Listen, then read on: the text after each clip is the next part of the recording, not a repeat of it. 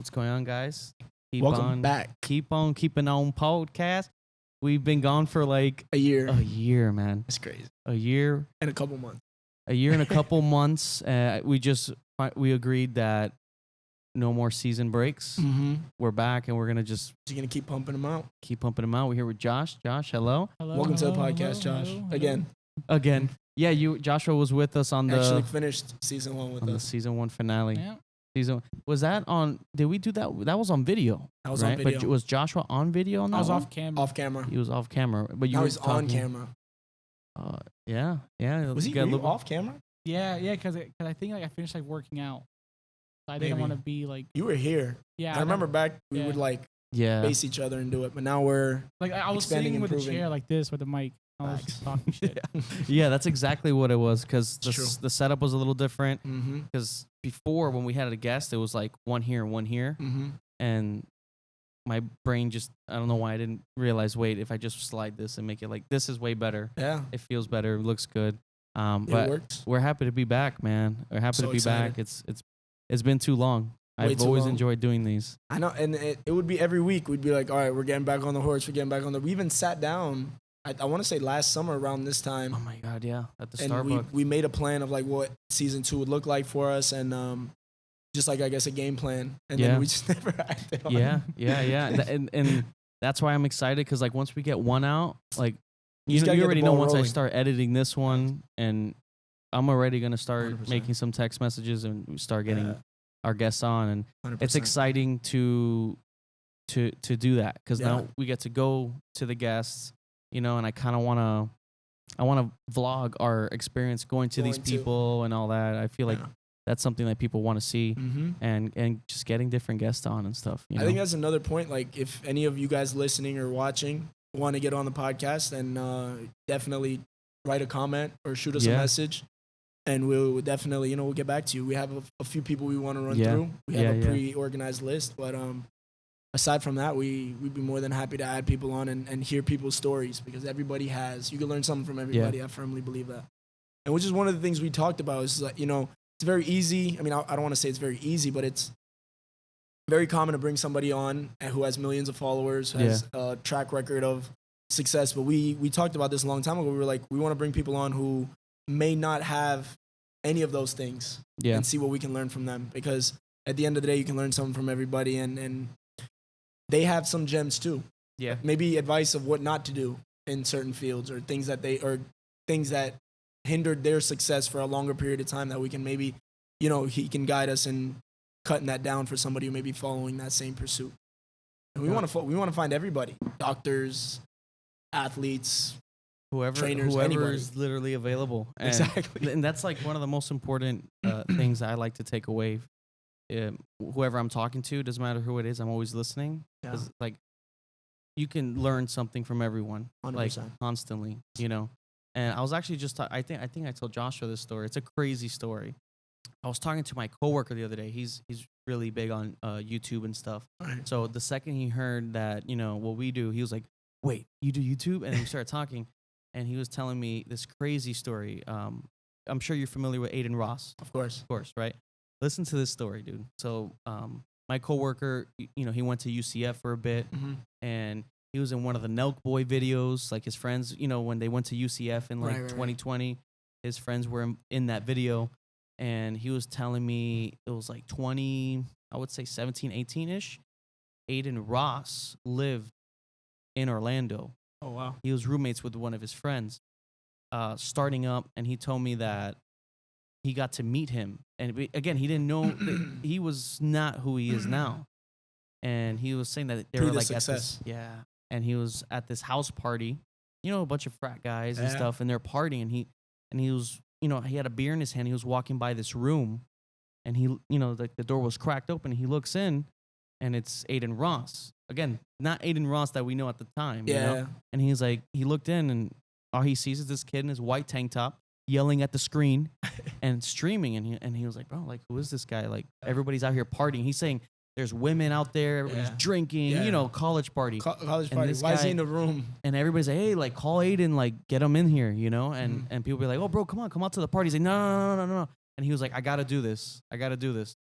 And I remember when he told me that story, I got goosebumps, bro. Because like he literally just was so locked in. And he told me anytime he saw him, he was just always just so locked in. And if he was going out somewhere, he just had water in his hand. He'll show up for a little bit and then just and go back. And he was just so locked in. And then he said that a couple years later, he's on YouTube. And he's like, wait, that's this fucking kid. That's the kid. And he clicked on his YouTube channel and he sees he's like blowing up. He's like gambling with Dana White and doing all. He's literally, you know. Yeah. And I asked him, like, man, how does that feel to you're seeing, like, you got to see someone firsthand at the start when everybody just thought he was this weird kid that doesn't want to come out and hang out, you know? And he just had a vision of what he wanted to do. And you hear his interviews and he would always say he sacrificed everything, like high school life, social life. And he just did that every single day. Paid off big time, man. Big time. And you know, you see his videos now, all he does is give back. And that's one thing he told me. He's like, what you see in his videos of how he is, like, that's how he's still him. He's never changed because of that, you know? And I just thought that was such a inspirational, like, story, you know? And it's like, this, you know, like the formula. And it's such a simple formula, but it's literally just like, stay consistent and go at it every day. Somehow, some way, just every day. And that's incredible that for him to firsthand see that, like, this, who's this kid that you know, like, it's got to be inspiring. Playing and but you know, I don't know who he is, and then you realize years later, like, this is fucking. That's that kid. And he's with, you know, he is who he is now. Yeah. You know, I thought that was insane, man. That is insane. It's an insane story. And it makes me excited for, like, you know, just all the things that we do. It's crazy because you could run across somebody who we can bring on as a guest and they're going through that stage.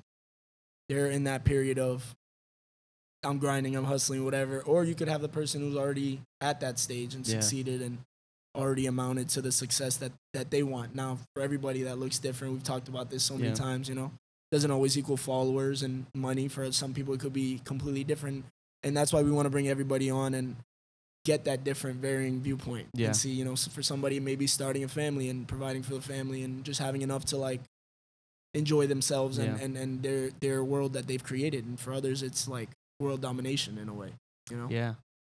That's levels. Because, you know, different people we talk to, whether, you know, at work and stuff, some people, it's just like they just want their own business, be independent, and start a family. Some people just want that laptop lifestyle, and that's like what's good enough for them. You know, they just want to be in a different place, working, not having to worry about committing to a certain program or a schedule, and that's success.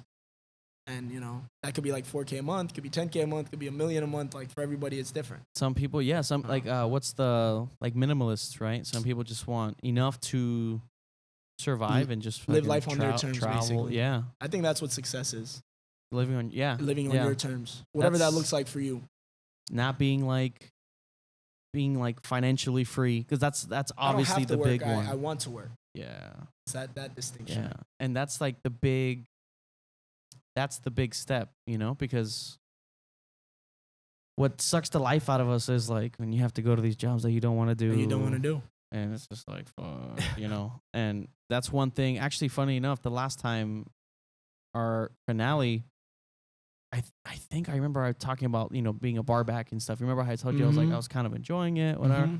And so now I promoted. Now I'm a bartender, you know, so I got to, and it's one of those, it's a small mini, like, life lesson, but, like, it helps me apply it to, like, everything else, because now it's like, I remember when I started as a bar back, I was like just learning everything and I didn't know anything. But now I catch myself in the situation where, you know, over a year later, now I have this other, you know, new bar back coming in being like, man, you know, I want to bartend. Yeah, how do I get there? And now he's asking me like about the, you know, how do I get there? What do I do? And it's just like a little moment in my brain. I'm like, wow, like, it, you know, like, I reached a full this circle point moment now, in a way, and it, being in that position has taught me so much patience, because I remember how nervous I was to ask a question or feeling I don't want to bother anyone. And so, like, one of the coolest compliments I get from, like, any of the barbacks is like, oh man, I feel so comfortable working with you, because I know I can ask you anything and all that. Awesome. And like that's just one of those things I was like, okay, like not everything is as like for certain, right? Like especially in the creative world, like with YouTube and film and all that, it's not as guaranteed. Mm-hmm. But if I can apply those same fundamentals of just work hard and do it every day, and I'll reach that promotion, right? But it's just a different type of promotion as opposed to, you know. I think like too many people, like, let's just use doctor as an example, right? They know when they go into like med school, they got to go through the 4 years and they have to do the process, whatever, residency, this, that, and the third. And then they get to becoming a doctor whenever they become a doctor. And they like kind of know the steps and they're like, okay, I'm going to get paid at this stage. Exactly. And they put in like these decades of just studying.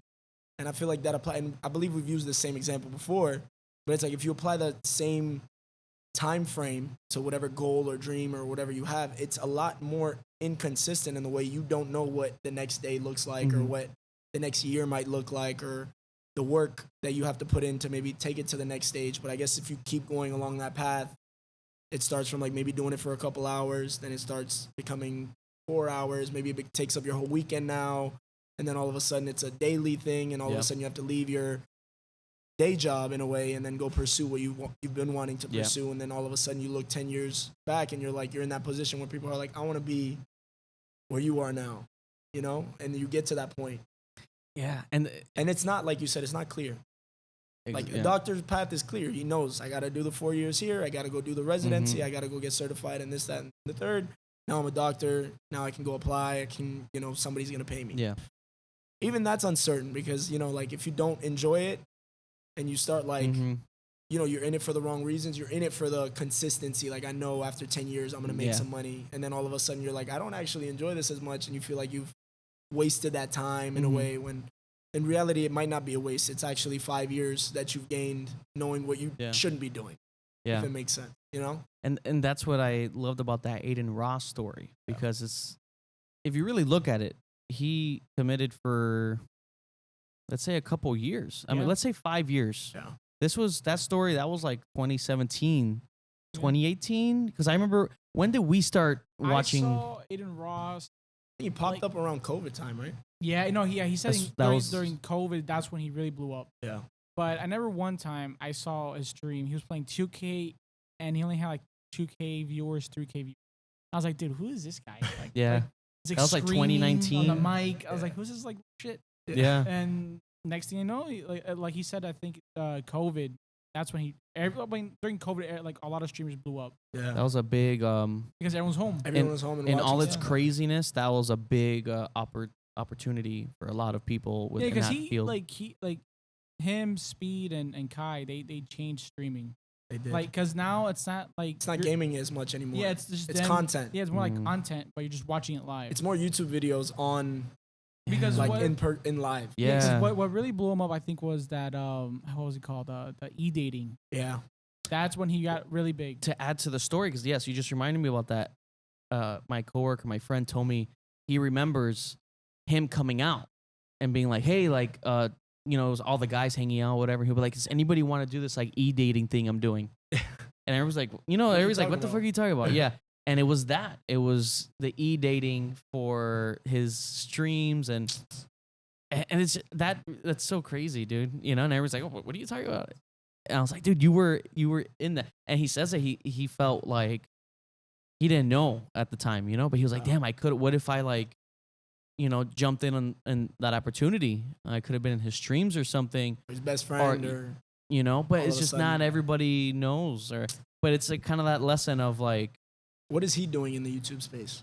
He's trying to figure it out. He wants to do like vlogging and he like just everything that goes into the YouTube stuff. Yeah, like the vlogging, and he does a little bit of the gaming stuff as well and all that. And he's still trying to figure out like the identity of what it is, you know, because he kind of got discouraged for a while because a lot of his friends didn't really like agree with it. You know, they're like, "Oh, bro, why are you gonna do YouTube and this and that?" Kind of like discouraged him. Yeah, because then he'll get excited for a video. Same story approach. Exactly. He can't care what other people think, because at the end of the day, it's not their life. You could spend 10 years and not do anything on YouTube and have a video pop off on the 11th year. Yeah. And all of a sudden, you know, you're like Mike Maidlack is 30. He's like pushing 40. 40 almost. Pushing 40, yeah. Bro's been relevant, what, 4 years? That's 5 crazy. Years? 35. And to think when where he came relevant. from, too. And he came from addiction, like the lows of the lows, you know? To beat addiction and then work on ascending your life away from not just being a person who recovered from addiction, you know what I mean? Yeah. And has become a very prominent speaker on the Impulsive podcast and in streaming too. He has I think I was watching one of his vlogs and he was like, I'm one of the last YouTubers that's kind of still vlogging. You know what I mean? Because he's still like putting out like mashups of his week and highlights of like his life and putting him out there. I don't really hear, like, vlogging is becoming basically like a normalcy almost, you know? People don't really consider it like, it's a vlog. People are just watching content now. Yeah. You know? Now it's like, what's the next video? Yeah. Or like, what's going to be the next step? Because before it was like pranks. And then everybody's like, wait, vlogging.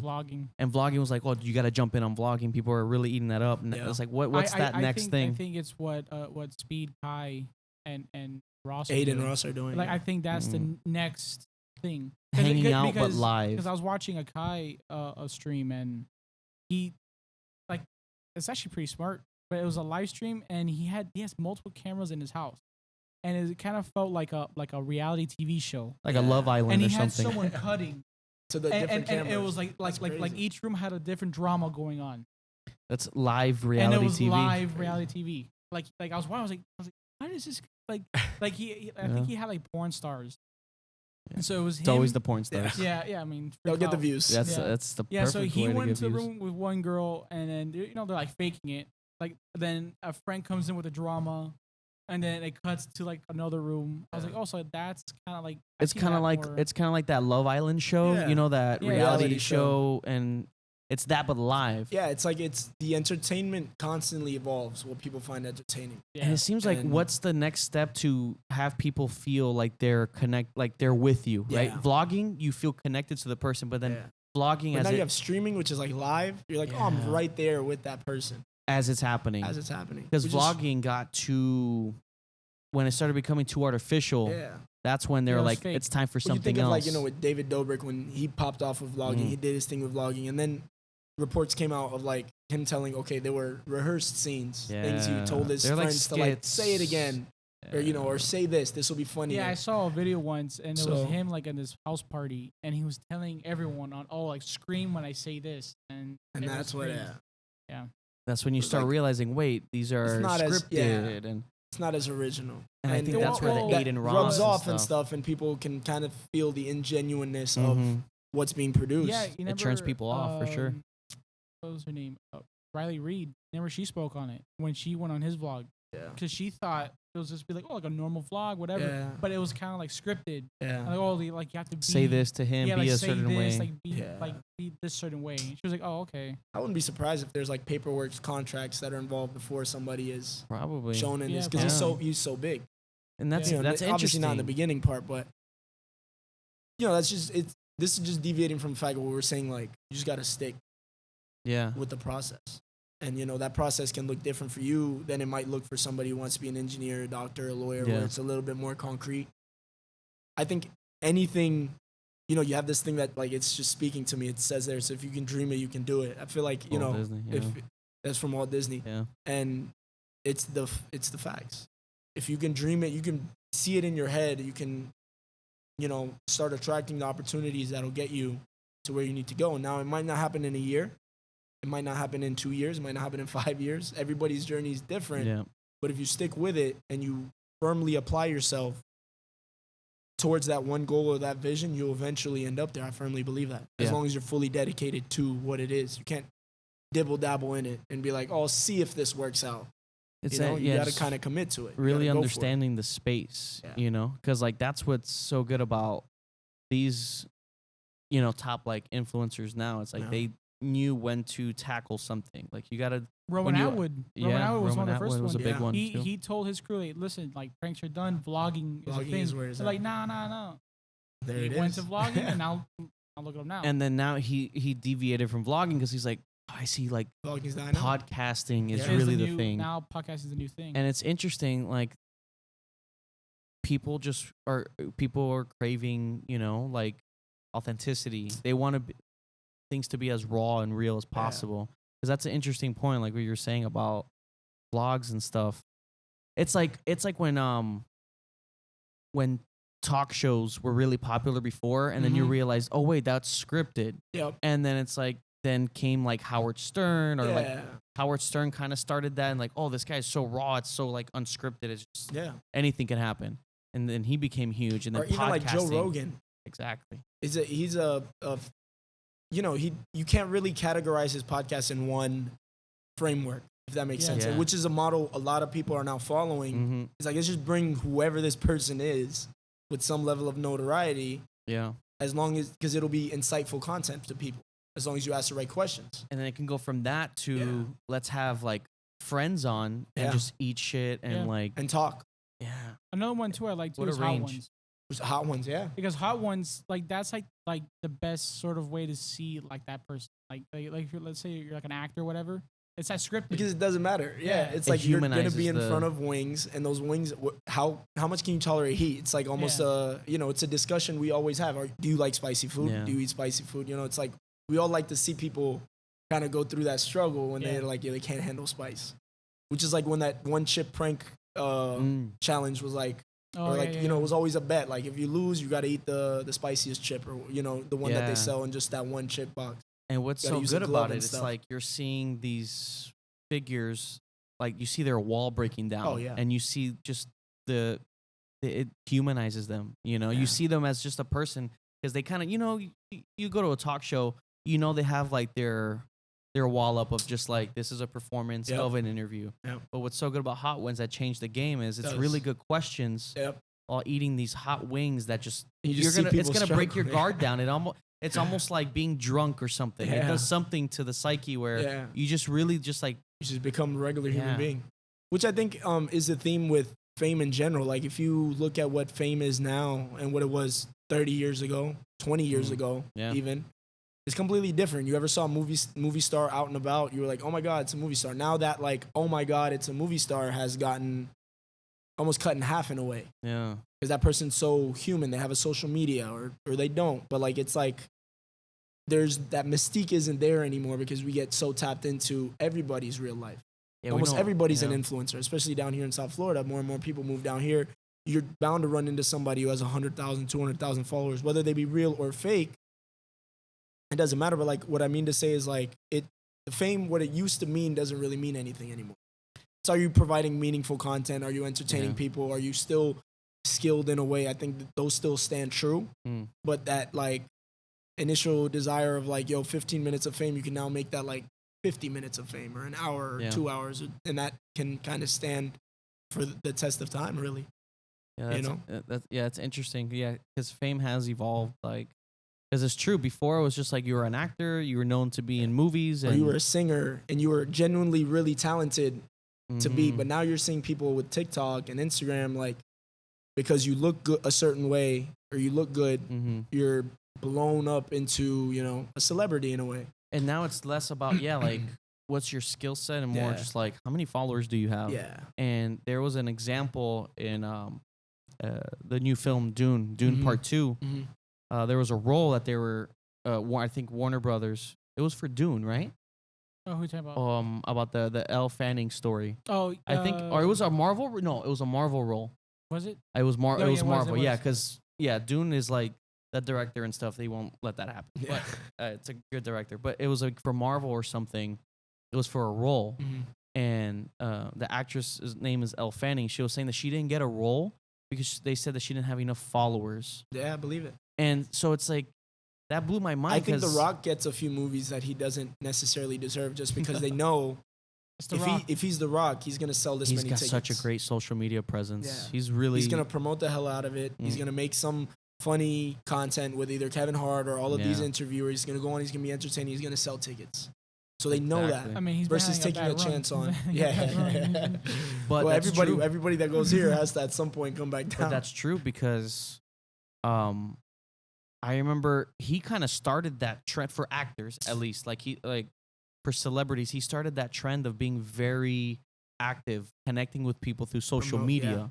Because I remember when Because like when I think of him and when I think of Kevin Hart, I see identical people in two different statures. You know what I mean? Like it's just Kevin Hart has a different approach to it, but he does the same thing. Will Smith tries it now too. Yeah, he's. I mean, that's the point I was gonna make because I think it was The Rock that said I want like Will Smith's career, but like bigger, and his agent laughed at him or whatever, whoever it was. But funny enough, The Rock became a huge star, passing Will Smith in that sense, and Will Smith and a lot of other actors, but mainly Will Smith because his content became very similar to The Rock's, where it was, oh, I'm gonna start being very active on social media because that's what actors do now. Yeah. That's how you sell tickets. I actually like this stuff too because he was actually creative. He was like Will Smith was very creative with his vlogs. Like it was a certain angle he brought that like Rock would literally just pick up his phone and be like, I'm in the gym working out, happy Monday, keep going, or it was always something different. Or go watch my movie or Terramana or whatever he was promoting. He was just very with his laugh. Give me money. Yeah. Please. But it works. But there's something simple. Well, it works at that level, I think. Yes. When you have that you have to be connected with the audience to a certain degree, or people have to feel a certain level of, I guess, just like a genuine connection. Because there's a lot of these influencers now that'll have the 1 million followers, that'll be, the bikini models or whatever, but then they'll go to sell a product and that product won't move. It's because that's not what people aren't connected to you in that way. They see something they like, so they follow it, or whatever. They see as like an image, like you post nice pictures. I don't know you. I don't know why you're selling exercise bands. Because there's been times for me. I mean, celebrities or actors or something. I see an interview. I'm like, wow, that's such a nice person. Yeah. And you really connect with them. Like, I want to support that person. 100%. And like, I'm gonna buy her shirt, 100%. Or because it's just like I really connect with that human being. And it's funny how it all comes down to just people just want to feel connected. Yeah. And whether it's in content, right? Like with vlogs or live streams like Adin Ross and stuff, people just want to feel connected to you. Like if they're hanging out with you. Some of the best things, like what I can imagine as a creator, is like getting the comment that's like, yo, I was having a terrible day. I was having a terrible week. I was having a terrible month. But I saw your video and I laughed. And it took me out of it for a second. And that's like what, as a creator, as an entertainer, you want to do. Well, look at Kai. He was in a Rowan Atwood vlog when he was like, never? Oh, yeah. He was a kid. That's blows my mind. There was a vlog of Roman, and it was like him, like it was like a bunch of kids chasing him. Yeah. And Kai was one of the kids. He was one of the fans. He was one of the fans. And now look at Kai now. Like, he's one of the top streamers. Yeah. I think he's the biggest streamer. Didn't he cross that, like, 300K mark or whatever? Yeah. No, like, Kai right now is the top right now. He's number one. Yeah. And to think it's just like that, when we talk about that full circle moment, like Barback promoted to bartender, helping Barback. Yeah. Like, you look at him, he was just a fan, a kid. Who's now chasing his idol of Roman Atwood. Yeah. And now he is the one now on top. Yeah. And he has his own fan base following him, and it's just like that full circle moment. Seeing that video of Kai as a kid being like, Roman Atwood, that's insane. And now he is that, but bigger, and he did it in his own way. Yeah. And I think Roman Atwood replied to the video. He was like, that's insane. That's insane. You see the Speed finally met Cristiano Ronaldo, and it was like all over the internet. He was going crazy. But like, imagine Speed, like what Cristiano Ronaldo maybe is to Speed is what Speed will be to many kids. 100%. Because they won't care about soccer. They won't care about that. They may only care about soccer through Speed, if that makes sense. But then they see Speed, who's like that's what I want to be, or that's who I want to be. And I think that's like the cycle of life, bro. It's like if you constantly, it's a famous quote, right? It's like your purpose in life, or your mission in life, is to find out what you are passionate about, and then like your purpose is to give it to others. And so it's like that circle thing you're talking about. It's like you become this person because you enjoy either entertaining, you enjoy sports, you enjoy building businesses, whatever, but then your mission or purpose of that is to like give it back, whether that be through entertaining, whether that be through charity, whether that be through a work of art, anything, singing. And that inspires the next generation. You look at sports, you look at NBA, like Michael Jordan, right? And then Kobe. I want to be like that. And then Kobe comes around, the next player's like, I want to be like that. And you get those next generation. Which is what I love about sports, is you can you can kind of track it in a way. Yeah. You know, these are a little bit more like meticulous, like in terms of entertainers. Like more of that stuff is coming out now because it's so new. Yeah. Like to see a Roman Atwood vlog of like Kai, who's like a big time celebrity now, streamer, and now you can go back and be like, oh, that was Kai, like, which was unheard of like 20 years ago. If you were told, oh, a YouTube person is inspiring other YouTube people and they're like the biggest entertainers right now, because some of these people hold bigger audiences and bigger pulls than mainstream or what is classic traditional media. It's changing the game for sure. Yeah. It's not as it's not a private club anymore. No. You know, to be it's open to everybody. And that's kind of like a great thing because everybody has an opportunity to put themselves out there. 100%. And you don't need to rely on one top of the top percentage, you know, especially or on luck in a way, or getting the right casting or the right addition to make it. Look at another example, a film example. There's this kid. There's two examples, actually, very crazy stories. There was this one kid, we were watching his YouTube channel. I can't remember it right now. I wish I could to say it, but he's 15, 16 years old, and he learned how to use Blender, which is like a visual effects to do animation on your own. Just every day he'll learn it. He'll start doing these little short films, putting it on YouTube. He did other short films, putting it on YouTube. And one of his ideas, it was like a horror short film, and he did a series of them. It went viral. And this kid right now is about to film a feature film of his idea from YouTube with A24. That's crazy. A24 is a great production company. You know. So they hired him. He's going to direct this movie based off his short film from his YouTube channel that went viral. He's literally going to film it after he finishes school during the summer break. So he might be filming it right now, actually. Yeah. From the time that came out. And they've been working with him. And 17, about to be 18. He's probably 18 by now. I don't know. And he's going to film his first feature film. And that's because he just put his stuff out there on YouTube. Yeah. 30 years ago, if you're not like living in your car in LA and like kissing people's asses and trying to work your way up and maybe get a chance. You look at like the generation before, or even I guess that's 2 generations now, but like the Al Pacinos, the Robert De Niro's, like their pop-off moments was when they were 32, 33. And now you're seeing people who are popping out 17, 16, younger. You know, it's like you said, the club has become, it's open. It's not so exclusive anymore. The barrier of entry is how, in a way, like it contradicts what we said before, but it's like, how skilled are you? Yeah. It's like that kid is extremely skilled. He put it out there. He got found. It's one of the things they tell you is like, if you're really good at what you do, they'll find you. Yeah. They'll find you. It'll take some time, but they'll find you. And that's what we were at MegaCon this year. Right. And the director Sam Raimi, you know, he did the Spider-Man films, did Doctor Strange and stuff. We got to meet him. You know, it's Tobey Maguire's Spider-Man. You know, it's all-time classic. Like that's my childhood. That's our childhood. Our childhood, yeah. And we got to meet him, and I told him, man, and it kind of came out of me. I was like, dude, like, and I told him, like, you know, I'm a filmmaker. I'm in film school, and you know, I do short films. I posted on my YouTube. Like, what do you think? Am I on the right path? Like, what's your advice to me for like a young filmmaker, you know, in the space right now, from what you know, with your knowledge? And I was like, do I have to move to LA? You know, like what's? And he just said, just keep filming. Keep posting it, and people like they will come to you. Yeah, you know. He's like you're on the right path. Yeah, and he was like and he wrote on, you know, we got his autograph, and he put just keep it rolling, keep them rolling from your film brother, love. That's amazing.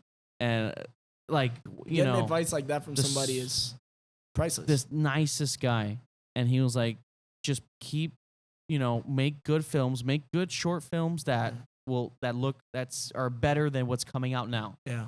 And the people will come to you. And he was like, and he wrote that. He didn't have to write, you know, it's just like an autograph, you know. And he was like, your brother in film, best of, you know. Yeah, but some, you know, just it was such a. I remember I got goosebumps when I read it. Yeah.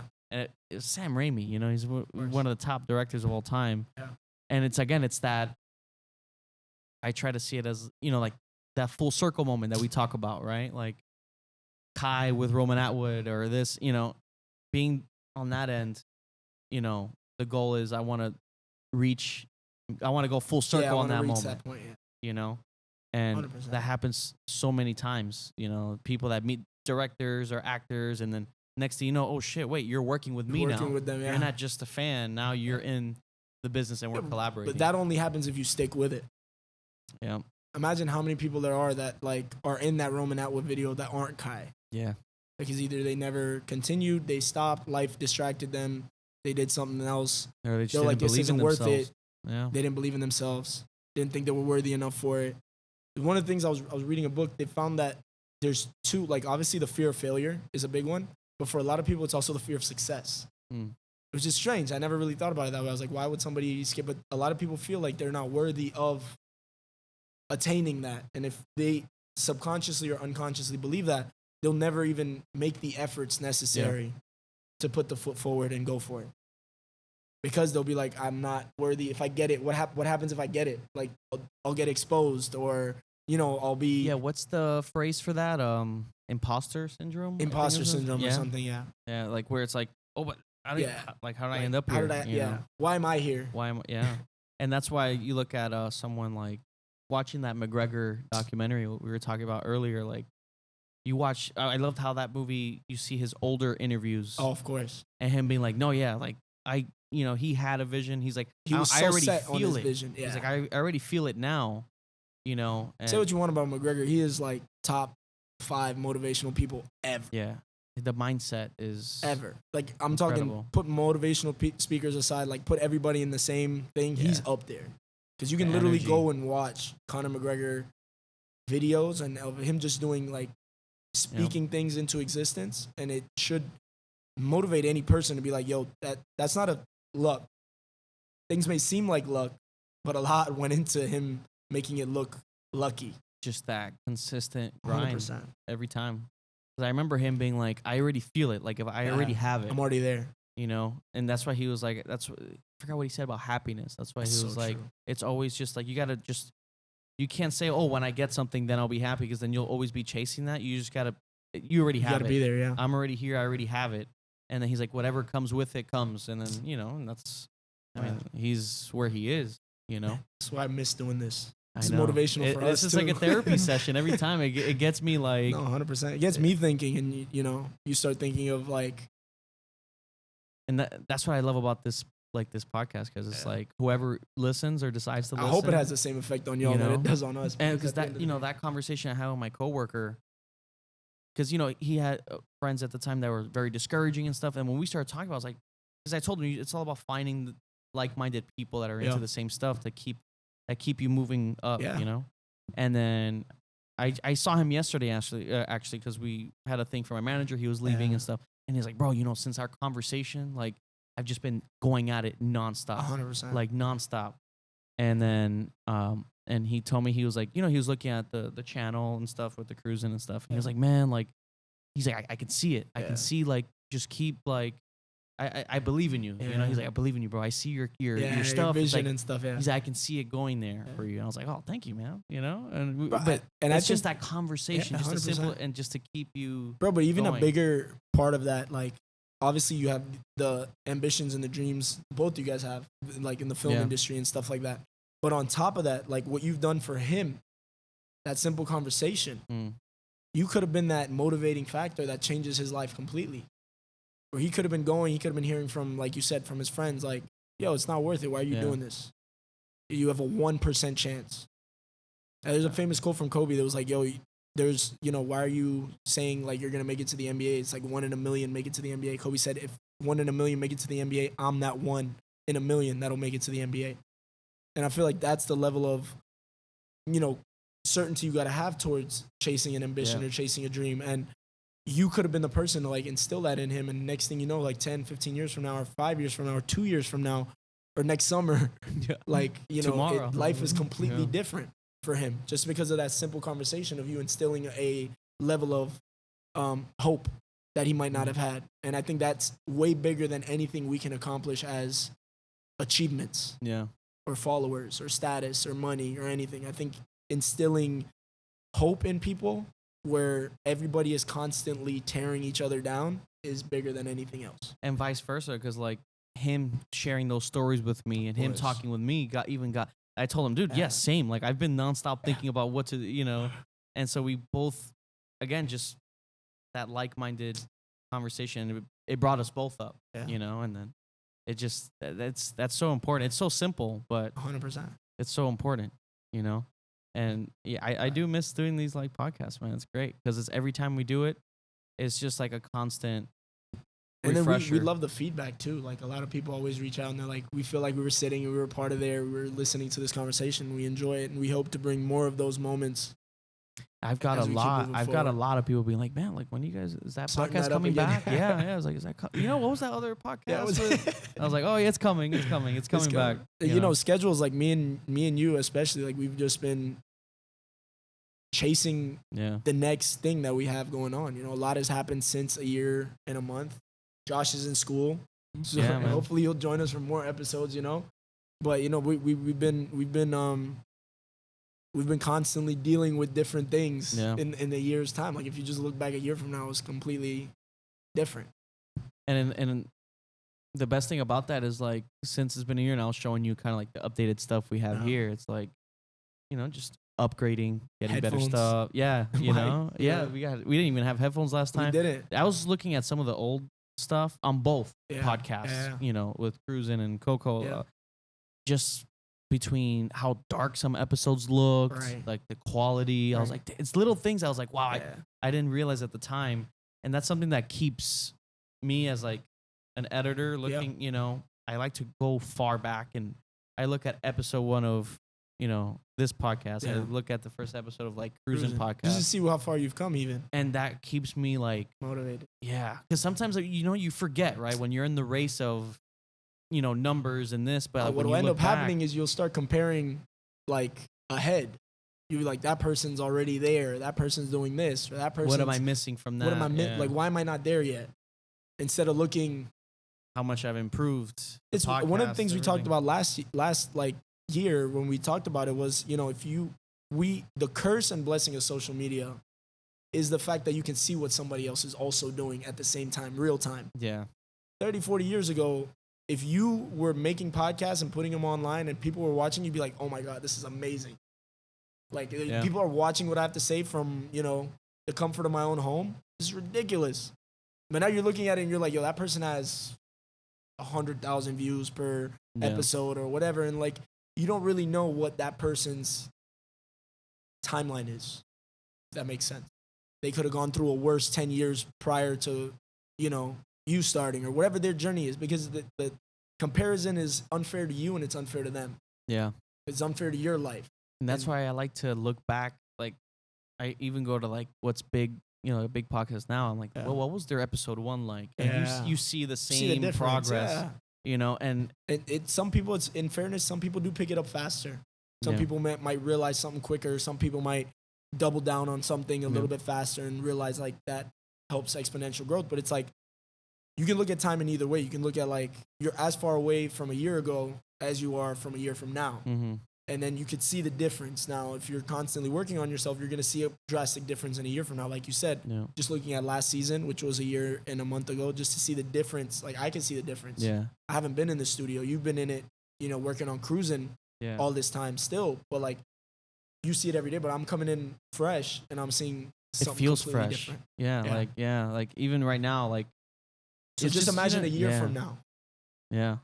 And what makes me feel better too is there's this YouTuber we watch, Christian Harloff. He's like a comedian, but he does like movie reviews, and he has his own show. Yeah. He used to have a show with Collider, and then they like scrapped it. Everyone got like laid off, and he had to start on his own. And it's funny because this is a guy that he's about to hit like 100K on YouTube, I believe. He's trying to hit 100K. Yeah, he's trying and he has his own podcast and stuff. And it literally following him through he's in the same journey. Yeah. He was literally thanking people. He was like, oh guys, because he's like redoing his setup. I think it's at his place. It looks like it might be like his garage or a guest room. Something, yeah. And each time I watch him, it's him upgrading equipment on the same boat. And this is a guy that he's about to hit 100K. He gets like 20, 30K of an episode. So, and but it's like, he's at a different level, but he's on the same, like, it's the same journey, same mindset. It's just you're at a different chapter. Yeah. He's probably on chapter 15. We might be on chapter 4. And at the end of the day, we're all on the same grind. Same journey. It's all on the same, he was thanking people. Yeah. Because some fans, like listeners send him like, hey, look, I'm donating for you to get to upgrade your light and awesome. This. And I was looking at his first videos and you see where it's at now. He's got the new mixer. He's got the setup. He's getting guests on. There, yeah. And now he's getting like big actors from like Star Wars or anything like that. Oh, yeah. And it's interesting to see because he's those chapters ahead. 100%. But he's just very open about like, hey, I'm still building. Still getting there, yeah. I'm still getting there, you know. And it's refreshing to see. Because if you look at it, like in time, it's everybody kind of compares, across like same level. But you could also compare down. There's somebody else who's 27 who wishes he has the setup that you do. Or even just starting. Yeah. He's not even there yet. There's a lot of people I talk to. They're like, I want to start a podcast. Can't wait. But they don't. But they they want to be where you are right now, which is interesting. Yeah. And they're not. They haven't even picked up a camera or haven't even set up plans to make it happen. So you got to put that in perspective also, because it's very easy to always compare up, but very rarely do we compare down, and that's where gratitude comes from. Yeah. Then you realize like, oh shit, like I'm thankful. Yeah. That this has happened the way that it has, because it could be way different. It's a good point. It's a good point. And again, like with age, like we're, like I'm 27. 10 years from now, I'll be 37. But 10 years ago, I was 17. And if you look at the difference from 17 to 27, that should give you hope, as long as you make adjustments in your life and you constantly seek to improve from 27 to 37. What tends to happen is, obviously that stage of our life is everything's changing, right? You're constantly, something is changing year after year after year after year. So you're forced to grow. But then what happens at like 24, 25 is a lot of people kind of just stick to the same lifestyle, and then they just carry it over for 20, 30 years, never making an adjustment because it's so comfortable to just, and then they live in that like, I'm comfortable, but I want more. I'm comfortable, but I want more. But never breaking out of that. But they never that. break out of that. Yeah. And you don't want to, like, as long as you're on a pursuit of something, you'll constantly be forced to elevate, change, improve. And I think that's like the only thing we can control. We can't control millions of viewers coming on the show and watching and doing that. But what we can control is our effort, our mindset, our attitude, perspective, carrying gratitude.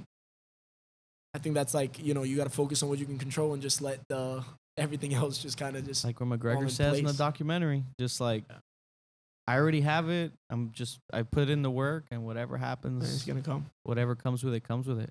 Yeah. Because, I mean, I don't know how much viewers are in tune with this, but like, there's a saying that we're all on a frequency, and then you got to get on the frequency of like the thing you want to attract.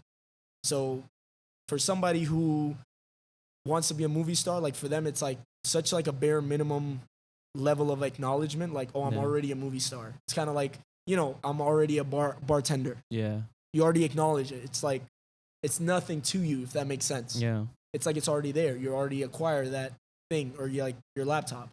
I already have it. It's in tune, So it's kind of like getting in tune with that frequency and believing you're already there. So then that thing can then come closer in terms of just, obviously you have to put in the work to do it. You can't just be like, I got it. I'm a millionaire. I got $1 million, whatever. But then who knows? Maybe you're in a situation where you win the lottery, or crazier stuff has happened. Life can throw anything at you. Exactly. There's a quote that I have on my vision board from James Cameron. He was like, because like that's one thing. It's like I need to get comfortable just being like, I'm a filmmaker, like, because there's a quote I have of James Cameron saying like, to call yourself a film director, all you have to do is film something, show it, have it with your name on it. Yeah. After that, it's just negotiating your fees. Yeah. That's it. He's like, there's nothing else to it. Film something, put your name on it. After that, it's just negotiating fees. Yeah. And you're a filmmaker. Like you're a director. There's no other, like, who Rick Rubin is? Why does that sound familiar? It sounds familiar. He's the dude who puts quotes up, like one quote every single day, and he'll take it down. It's like a very familiar font. You've definitely seen his quotes. Sounds familiar. Like, it's just, he just puts a quote up, puts his name there, and leaves it, and then takes it down, puts the next one, like another one the next day. You've definitely seen his quotes on Instagram on like the, feel good pages and like, they have like his quotes because a lot of it's true. And he says like, for you to be an artist, all you have to do is just put your stuff out there. If you put your stuff out there, congrats, you're an artist. That's it. It's very similar to what you're saying about James Cameron. It's now different levels or whatever, but like you have to first believe you're worthy of what you are seeking to go after.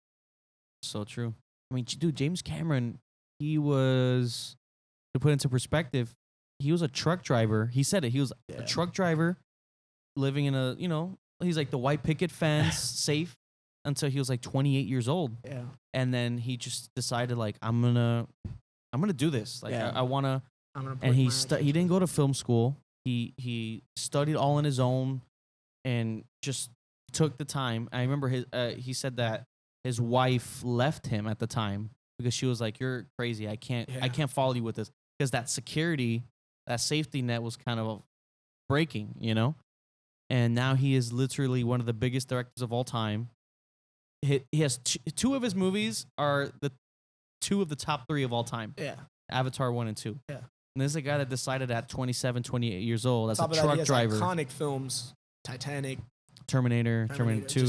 Just movies that will forever be legacy movies. He has like 4. It's ridiculous. Like 3 of his movies are in the top 5 of all time. Yeah. So, like one of the worst things that can happen to some people is they get a hint of success and then they never chase more of it.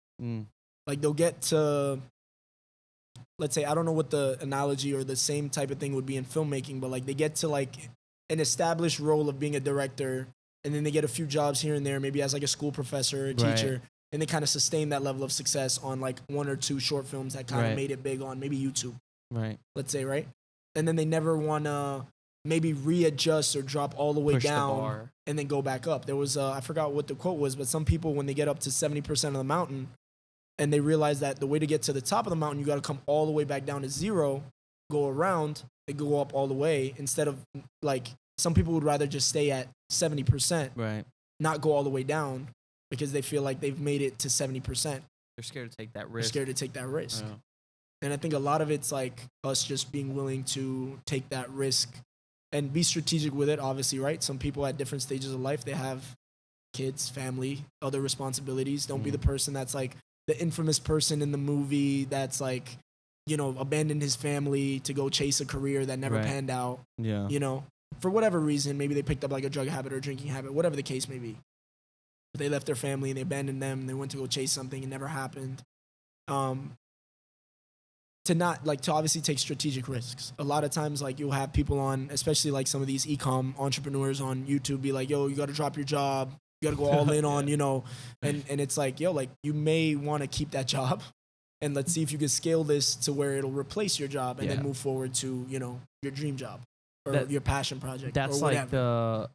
That was like one of my main short-term goals. We always talk about goals and stuff, was like, okay, like, I want to get what's a job that I can get that I can enjoy, make my money, but also have time for me. Of course. And when I saw as a bar back and then with the bartending, I was like, wait, if I can bartend and I can make enough money to like just keep doing that and make like a week's worth of money in 3 days.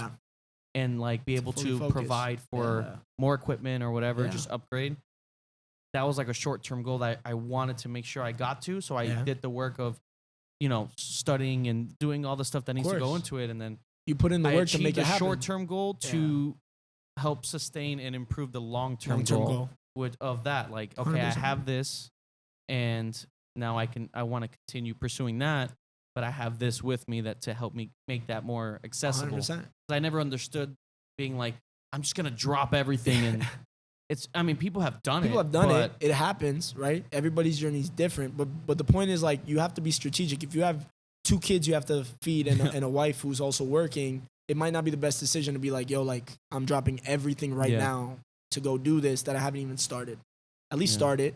Try to see if it's like, doable in the 2 to 3 hours. What ends up happening is people like work their day job and then they come home, they eat, then they drink and watch TV for the 2 to 3 hours, whatever, and then they go to sleep and they do it all over again and wait for the weekend to then go be like, I'm going out, I'm going to do this, and then you get busy with the routineness of life and the responsibilities. As you get older, they only increase.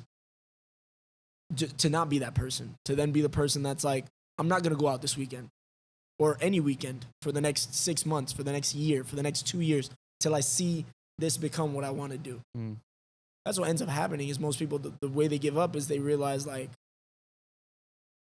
they don't even put in the work for it, so they don't never see it come to fruition, but they're like, I'd rather spend 3 hours drinking it on the TV when I'm home instead of working towards how can I build, let's say it's starting a podcast, how can I get a mic?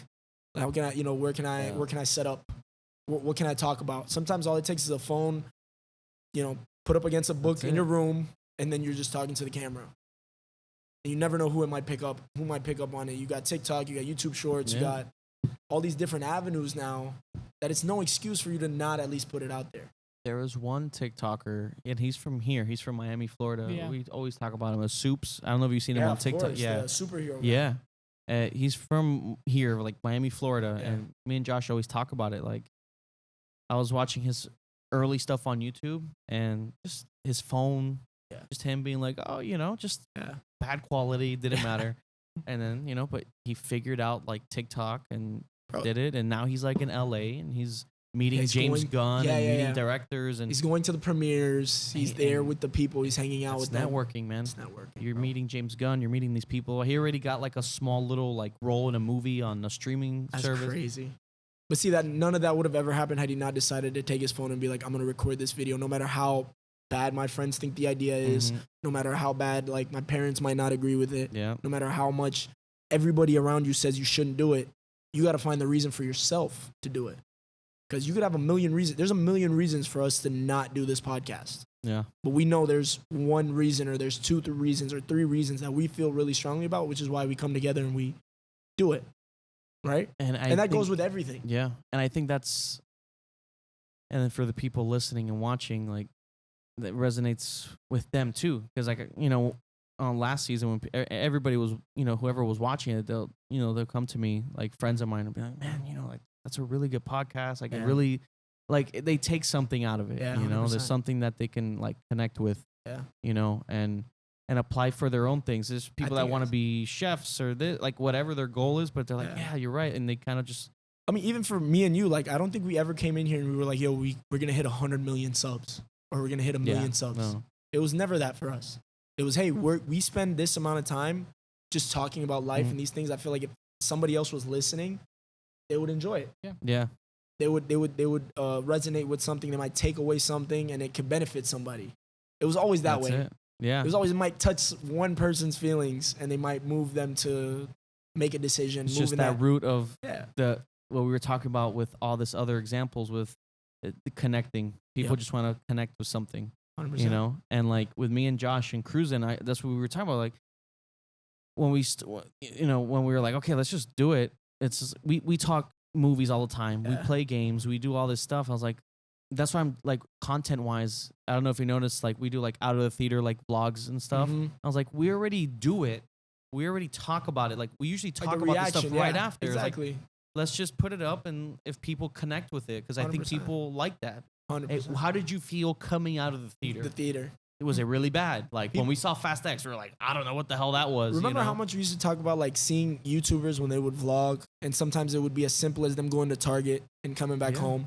And that was like entertaining millions of views. Our mukbangs, people reviewing foods. People just, once you consistently upload something, there's going to be one person, there's going to be maybe 100 people, there's going to be thousands of people that are now going to connect with you and want to see what you're doing every single day. It's just the world we live in. We want to see other people live life. There's no reason why streaming gaming or streaming has blown up the way it has, other than the fact that, like, bro, imagine 20 years ago if somebody told you, yo, like, you're going to watch somebody play a video game and you're going to enjoy it. That concept up until 2020, like, was very foreign to me. Yeah. But then I would see how entertaining some of these people are while they're playing the video game. I'm like, yo, this is interesting. It's like playing with your friends. You're watching a game happen, you're seeing it, and you're making your own remarks, like maybe to yourself or whatever. You're like, yo, that person right there, you're commenting. It's like community. And you feel a part of something. And I think everybody wants to feel that way, and that's the beauty of social media. You can connect with people. I think we just found like our soul. Like the full circle of this podcast is like connection. 100%. Like what is the key to everything? It's like finding that connection, whether it's with with a form of content or with people, or because that really is what makes. And I guess I never really thought of it. And I know a lot of our examples, you know? like to viewers, some people are very foreign to this concept, just like we might have been, a few years ago. Like to me, Adin Ross and Kai and like they're familiar now because I think like us three were students of social media and pop culture kind of. We kind of watching what's in tune with what's going on. Not everybody who may watch this knows, but I feel like they're all metaphors of different things that everybody else wants. So I just want to I want to bring that up because like some people might be like, who's Kai? Who's Adin Ross? No, yeah, but like yeah. you know like they're very like we know who they are because we're tapped into it. But like that does not take away from like what any random role model that you might have that has that similar storyline. I feel like everybody has that same storyline that you talked about. Being a fan, wanting to be like you'll see it from sports all the time. You'll have that player that has taken a picture with the star athlete. Next thing you know, they're playing against each other. It's crazy. I was talking about this. Was it yesterday? I forgot when it was, but we were talking about food, right? And I was saying how there's some very formal restaurants that. Oh, we were talking about burgers, right? Yeah. This is like a different like example of what you were just 100%. Saying of like. I love going to my favorite kind of food is food truck food. Yeah, of and course. It's not only because of the food, but because of the connection that it brings. True. I love being there, and I know that person is like gonna give me like their best version of whatever it is, that signature every single meal, time. every time, and they care. Yeah. And like it's like there's a connection formed there. Yeah. And just like that connection, whether it's a streamer or if it's anything, with basketball, 100%. or people watching, 100%. and even with just like with food, there's a connection there of like you're giving me great service in such a simple, it's very intimate. Yeah. I prefer that than going to like a formal restaurant where it's very like pristine. They don't talk to you. Yeah. They can't be like, hey man, try this fucking sauce on this burger. It's going to be amazing. Yeah. They can't because there's no connection. Or even I guess the opposite of that, like a fast food joint where there's like millions of locations. They all, the employees are going through their own stuff. You don't know how the food is coming out. Yeah. Versus like that food truck, like you're in that moment. They're in that moment. You're in that moment. I'm here for food. They're here to serve. And it's like. And they're passionate about it. And there's a connection. Like you have to be passionate about it to have like your own food truck. And like for some of them, they don't have like a storefront. Yeah. That's like their gig. So every single time they go out, like they give you their best, And yeah, there's beauty in that. And you look at like family-owned restaurants and stuff. Like they really it's like good quality care, and 100%. like the food is great, and there's like a connection that forms that you don't really get. Service, bro. People will buy a really bad product if the service is top tier. It's true. Just because they like coming back and connecting. That's like I heard from when we were opening Marco's Pizza. I heard from our one of the guys coming to do the inspections. He's like, yo, have you guys seen Cali Coffee over there next door? He's like, these guys, like, they know more about my life than my wife. Like, because they open, like, their motto or the way they operate is they ask questions about what's your day, how's your day's going, what's bothering you, whatever. They know you. They connect with you. Because imagine if you enjoy coffee, you're probably there once or twice a day. So they see you, they recognize you, you're coming back again and again. You start to become familiar, you start connecting, and you're like, yo, I'm going to go to that spot because they know me. Yeah, I connect with them. Very homey. Exactly. Yeah. I'm not going to lie. There is times where I'm like, shut the fuck up. Yeah, please. I'm just like, but that's like the interesting thing. If I'm having a bad day, I'm like, I really don't feel like talking to anybody right now. But then when I go and they're like, oh, how are you? Even though I'm not comfortable, I don't feel like it. Yeah. But when but when you. Sometimes they'll bring out. Their energy carries over to you. I'm like, all right, that wasn't so bad. I feel better. I feel a little bit better. Because, we have those days that we don't know. You don't want to talk to anybody. I'm tired. I just want a coffee. I just want to literally go pick up this and then leave, which is why, like, Amazon and things are so successful because sometimes you have those moments where you don't want that human connectivity. But it's getting to the point where they might remove it altogether. Mm-hmm. And you're like, I kind of want it sometimes. But yeah, because then that energy, even though I'm not really feeling it, but them just kind of relaying even a little bit, it helps me be like, all right, yeah, okay. That's why you never, nice. like, sometimes when they're, people who are going or on their way to commit suicide, you'll hear these stories of like, yo, this person smiled at me and I never did it. And they were literally on their way. They're like, I was going to go home or I was going to go jump off a bridge or whatever their story is. Like you'll hear these tidbits and it'll be like, yo, like that person smiled or gave me a smile or asked me how I was doing or just gave me a nod or, and it changed the trajectory. It's little things. You never know how it can affect a person, your energy. Yeah. Which is why it's so important to first fill your own cup, feel happy, feel gratitude, feel good, to then put that out into the world. Because you might come in, you might be in a bad mood, you might say something to Josh. Now Josh is in a bad mood. Yeah. He's like, what did I do? And then all of a sudden he relays it to somebody else, and then that person relays it to somebody else. Versus, it's a chain. That's why with the Cali coffee thing, it's so good, but it's smart because it's like, now you made my day a little bit better. Now, if I go and I go somewhere else, I go to a Starbucks and they're like, what do you want? And I'm already in a bad mood. Now you're just, you might actually fight with the person over there. Get me this. And then all of a sudden, if it's a minute later than it normally is, you're like, where's my drink? Yeah. Now you're causing a scene at the store. And they're being rude with you. And then exactly. As opposed to how was your day? I'm like, it was all right. Oh, well, I hope. Why just all right? Or, and it's like, all right, I ffeel a little bit better. Yeah. As opposed to all right, what do you want? Or some, and then all it does is just, it's like brings that you down domino effect, 100% true. It's crazy, man. I feel like connection. Yeah. Connection. That, we had a lot of points there. That's why I love, I've noticed, we hit different things. Yeah. But then by the end of the podcast, it's like, oh wait, but there was one reoccurring theme or subject that ties it all together, and I feel like that connectivity. Yeah, that was great, man. That was a great first episode. Welcome back. Welcome back. We did it. We did it. We made it through. Yeah, man. Finally got together and did it, man. It's we took that action and made it happen. And scheduling conflicts, obviously. Yeah. Obvious reason. He's working. I'm working. We're all trying to accomplish our goal. But I feel like it hit at the perfect time. Yeah.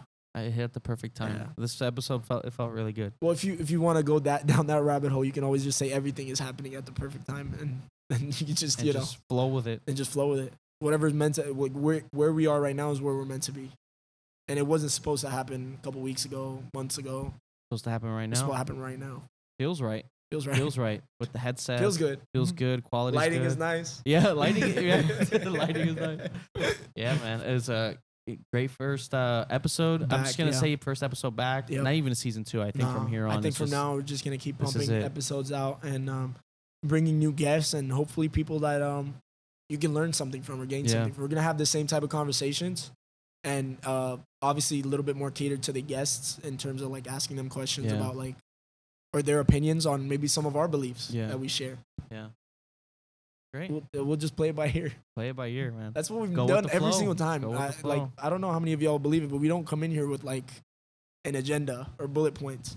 We might have to with certain guests, but right now, and we just come in and we flow. We just talk, and then one thing leads to another, and you've had stories that we didn't talk about. Yeah. And you get to share, and then that leads to another topic, and all of a sudden you have a whole podcast that just birthed from nothing, basically.